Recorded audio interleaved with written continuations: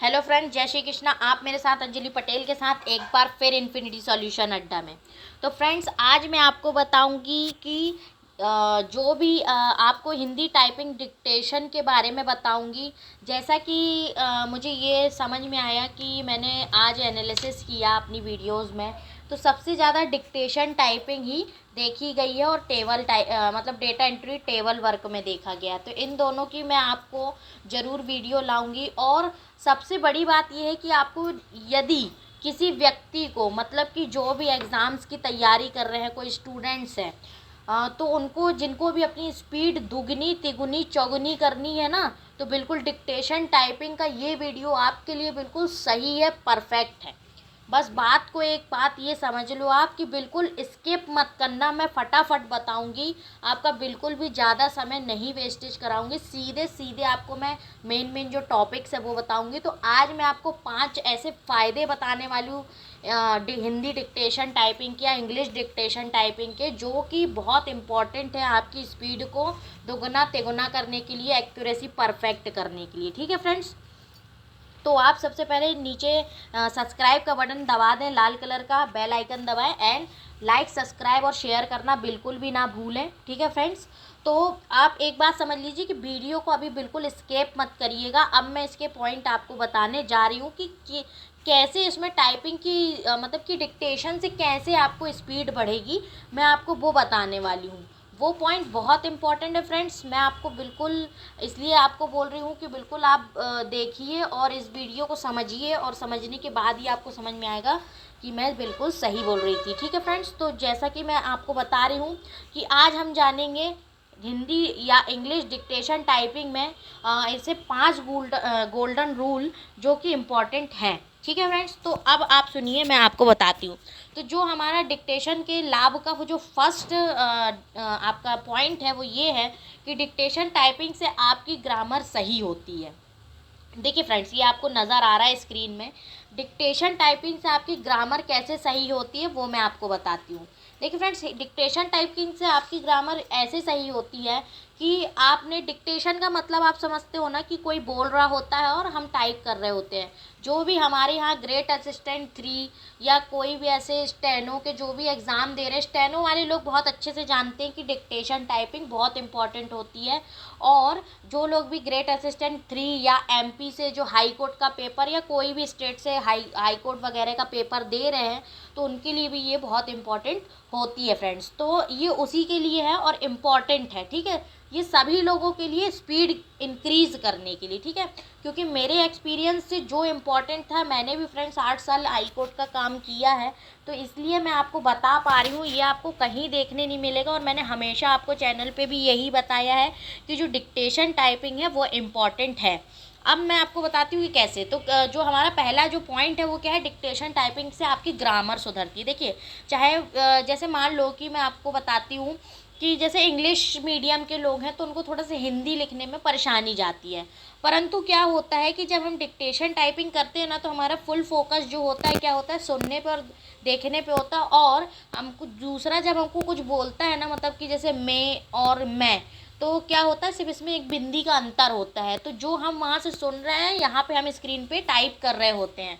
तो इससे क्या होता है, हमारी ग्रामर जो होती है वो बिल्कुल सही होती है। एग्जैक्ट जो वो सामने वाला बोल रहा है हम वो लिखते हैं। ठीक है, तो इसीलिए वो इम्पॉर्टेंट है।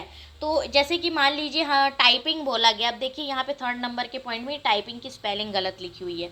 इसमें क्या होता है, टाइपिंग, तो यहाँ शिफ्ट के साथ जेड मतलब कि रेफ लगती है, तब ये वर्ड सही होता है।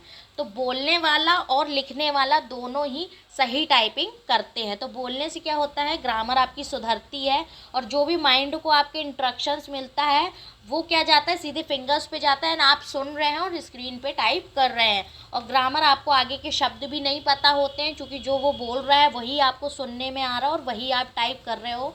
तो बिल्कुल आपकी ग्रामर सही रहेगी। ठीक है, क्योंकि वो जो भी शब्द वो बोल रहा है वो आपने कहीं ना कहीं देखे हुए हैं। है ना। कहीं भी देखे हुए हैं वो शब्द जो मान लो कि वो स्टेनो वाले हो या कोई भी हो, तो टाइपिंग में वो शब्द देखे हुए तो आपको उसकी ग्रामर अच्छे से पता होगी। तो ठीक है फ्रेंड्स, डिक्टेशन में ग्रामर आपकी सुधरती है, पहला जो इम्पोर्टेंट है वो बिल्कुल सही बात है। सेकंड क्या है कि आपकी मतलब कि आपकी सुनकर टाइप करने की शब्द जो क्षमता होती है, शब्दों को जो आप सुनकर शब्दों को टाइप करते हो, उसकी क्षमता आपकी क्या हो जाती है, बढ़ जाती है। आप कैसे मल्टीटास्किंग में काम करने लगते हो, मतलब एक तरफ सुनना और उसी को सामने लिखना, टाइप करना। तो उससे क्या होता है कि आपका कॉन्सेंट्रेट फुल बना रहता है।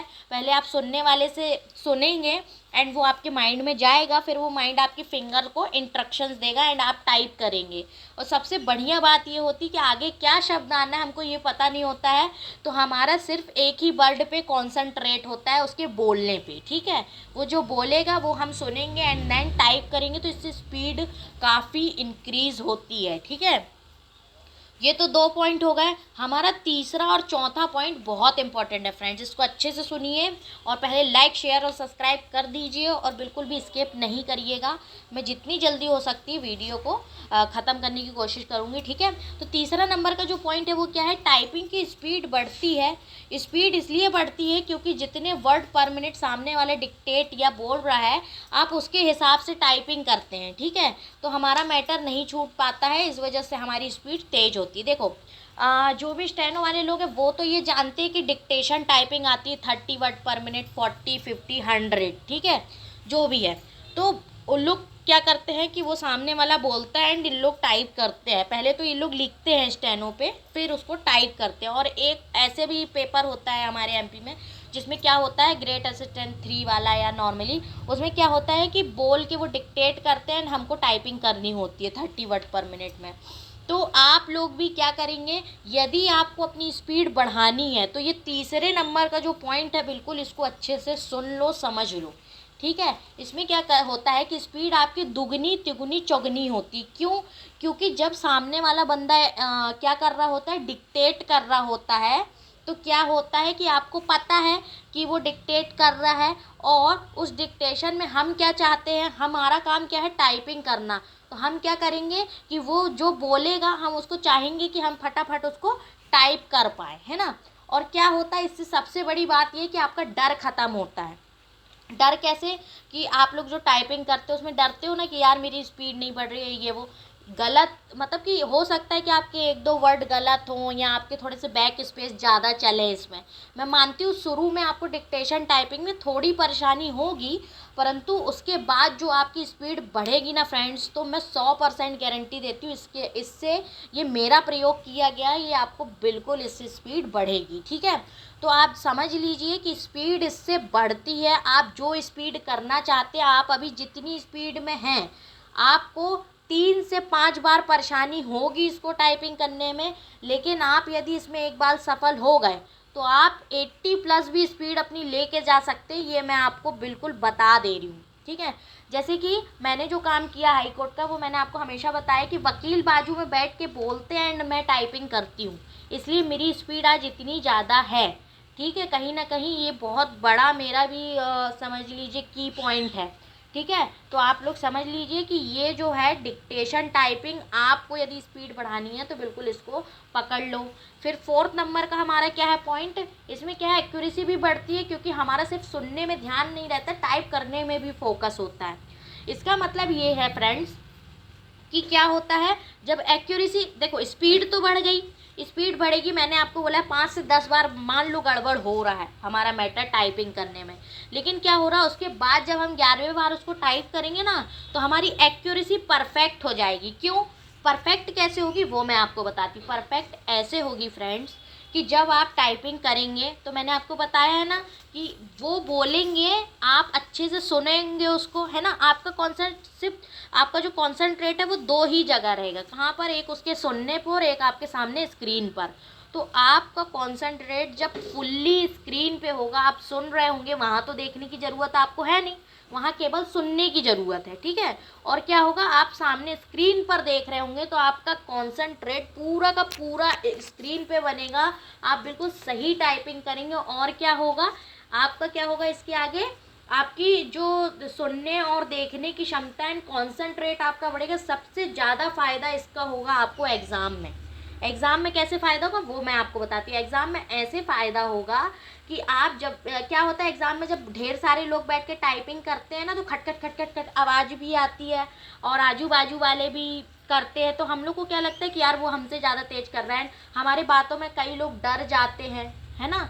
तो उनको डरना, मतलब कि डरने वाली आदत यहाँ से आपकी बिल्कुल छूट जाएगी। जो भी लोग टाइपिंग में डर रहे हैं ना, उनके लिए भी डिक्टेशन टाइपिंग मतलब समझ लो वरदान है, ठीक है। तो आपको क्या करना है, इससे एक्यूरेसी भी परफेक्ट होगी क्योंकि आपका कॉन्सेंट्रेट यहाँ रहेगा। तो आप मल्टीटास्किंग भी हो जाएगा, सुन के टाइपिंग करोगे, ठीक है। आप एक कन्वर्टर का काम करोगे बीच में। और एक चीज़ आपको और बता दूं कि जब आपका डर ख़त्म हो जाएगा तो आप एग्ज़ाम में जाके आराम से टाइपिंग कर लोगे।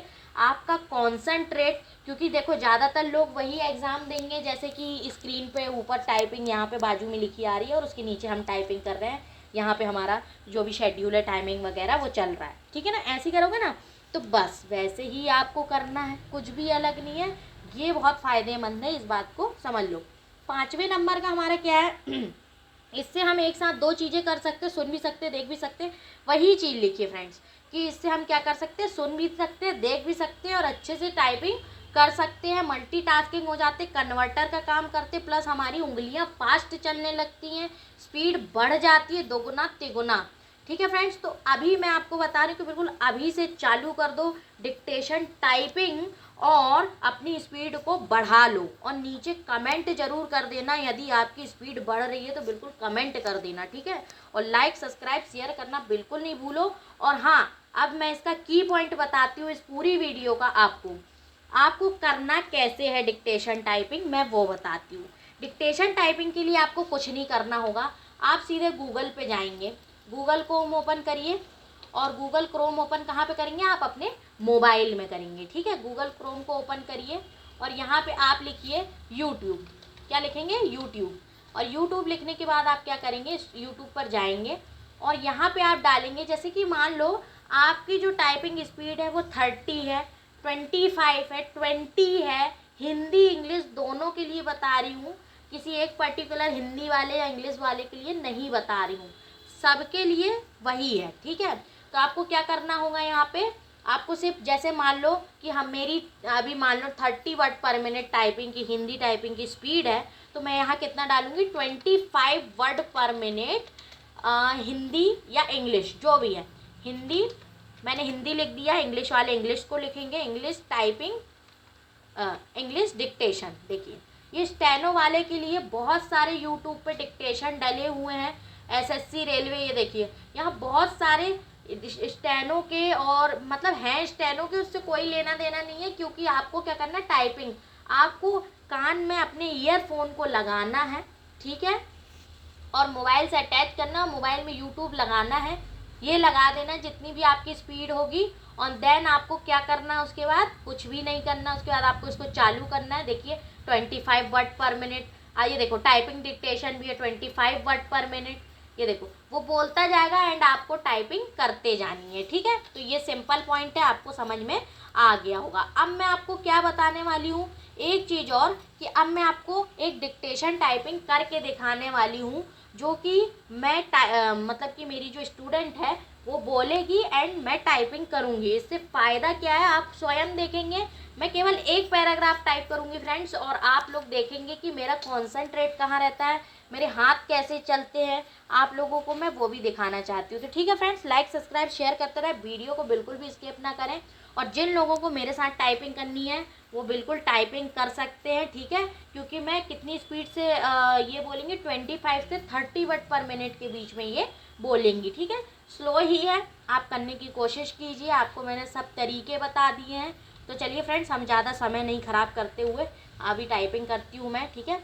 तो चलिए, ये बोल रही हैं एंड आप सुनेंगे और टाइपिंग करेंगे, ठीक है फ्रेंड्स। तो बोलिए आप। संसार में सबसे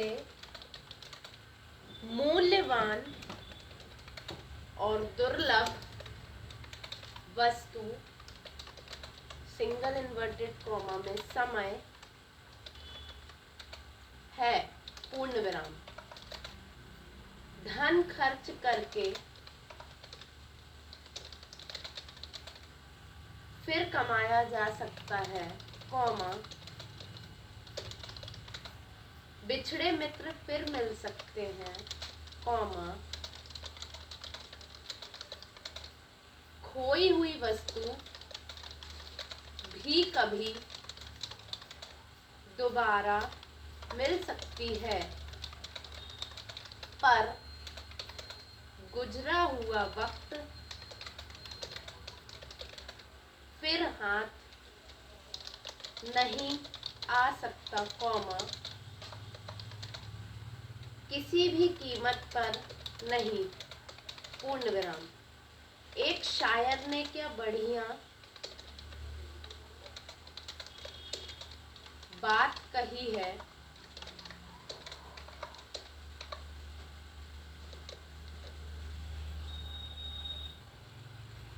बढ़िया बात कही है, डैश, जो आके न जाए वह बुढ़ापा देखा, पूर्ण विराम, जो जाके न आए वह जवानी देखी,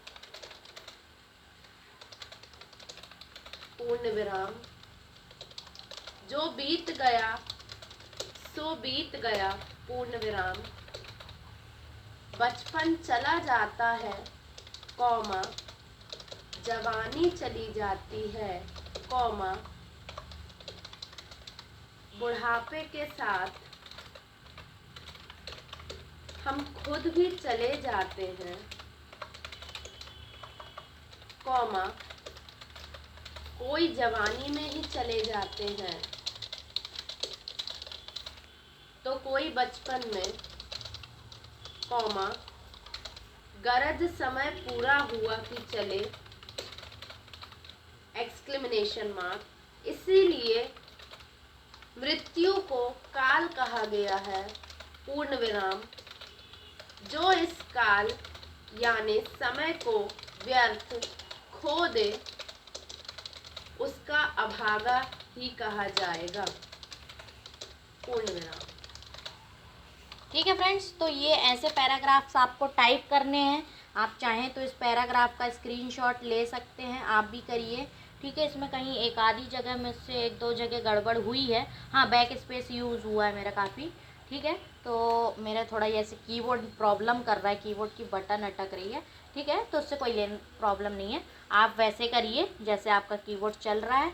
ठीक है, तो आपको ऐसे ये पैराग्राफ को टाइप करना है फ्रेंड्स, और बढ़िया तरीके से ऐसे ही डिक्टेशन में बोलेगा, इससे अच्छे तरीके से बोलेगा। ये मैंने केवल आपको एक एग्जाम्पल के तौर पे दिखाया है।